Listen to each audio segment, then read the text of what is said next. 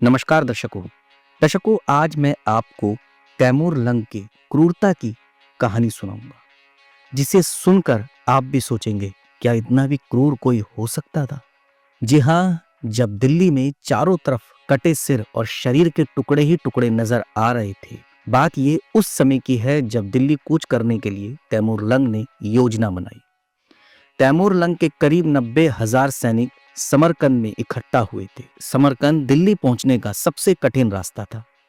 यह रास्ता हिंदू कुश पहाड़ियों के ऊपर से होकर जाता था। इस पहाड़ी के आसपास वह लोग रहते थे जिनके सामने सिकंदर महान भी नहीं टिक सका था। इसके अलावा बीच में अनेक नदियां और पथरीले रास्ते और पहाड़ थे जो तैमूर के रास्ते को और कठिन बनाने वाले थे। हालांकि इन सब से अगर तैमूर की सेना निपटने में सफल भी हो जाती तो इनको आगे का सामना भीमकाय हाथियों से करना था। ये हाथी ऐसे थे कि सामने खड़ी दीवार को भी रौंदते चले जाते थे। 1338 में फिरोज शाह तुगलक की मौत के बाद दिल्ली में अशांति फैल गई थी। तैमूर के लिए दिल्ली का रास्ता आसान नहीं था।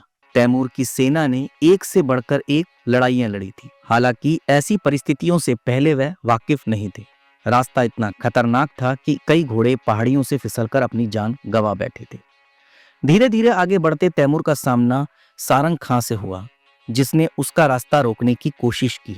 हालांकि तैमूर ने उसे हरा दिया। इस तरह दिल्ली पहुंचने से पहले ही तैमूर ने 1 लाख से अधिक हिंदुओं को बंदी बना लिया था। जिस समय दिल्ली के करीब तैमूर पहुंचा उस समय आपसी लड़ाई के कारण दिल्ली की ताकत पहले से काफी घट चुकी थी। फिर भी 10,000 घुड़सवार 25 से 40,000 सैनिक तैमूर की सेना का सामना करने के लिए तैयार थे। तैमूर को दिल्ली पर हमला करने से पहले एक और डर सता रहा था कि अगर उसने मल्लू खां के सैनिकों पर हमला किया तो तैमूर के साथ चल रहे 1 लाख हिंदू बंदी उनका हौसला बढ़ाएंगे। तैमूर को अपनी सेना के पीछे चल रहे इन बंदियों के विद्रोह का इतना डर था कि उसने उसी जगह एक बंदी को मारने का आदेश दे दिया। साथ चल रहे मौलानाओं को भी हिंदू बंदियों की हत्या करने को कहा गया। तैमूर के इस कत्लेआम के बारे में सर डेविड प्राइस ने अपनी किताब memoirs of the principal events of Mohammedan history में लिखा। मानवता के इतिहास में इस तरह की क्रूरता का कोई दूसरा उदाहरण मिलता ही नहीं।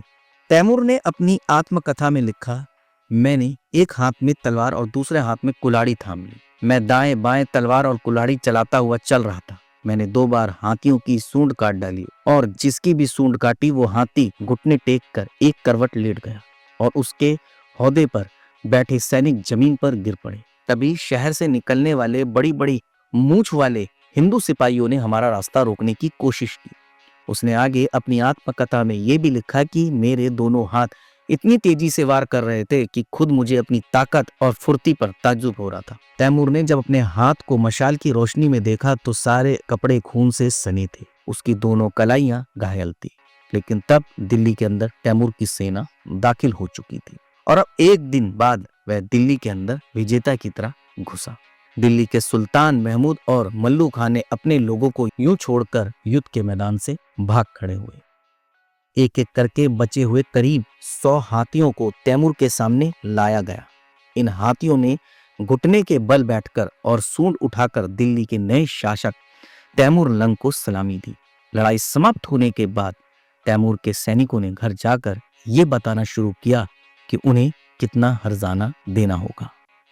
कुछ सैनिक तो अपने साथियों के लिए शहर में अनाज की लूटपाट करने लगे। मोहम्मद कासिम फरिश्ता अपनी किताब history of the rise of Mohammedan power in India में तैमूर के सैनिकों के आतंक के बारे में लिखते हैं।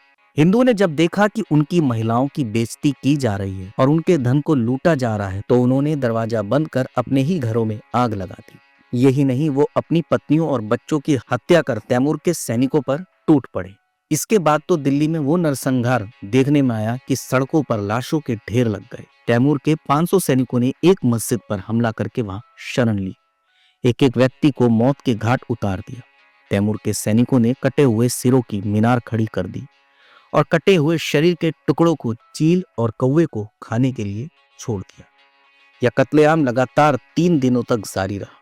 तैमूर के सिलपसलार दिल्ली की जनता पर जुल्म ढाकर उन्हें अपने नियंत्रण में करने की कोशिश में लगे थे।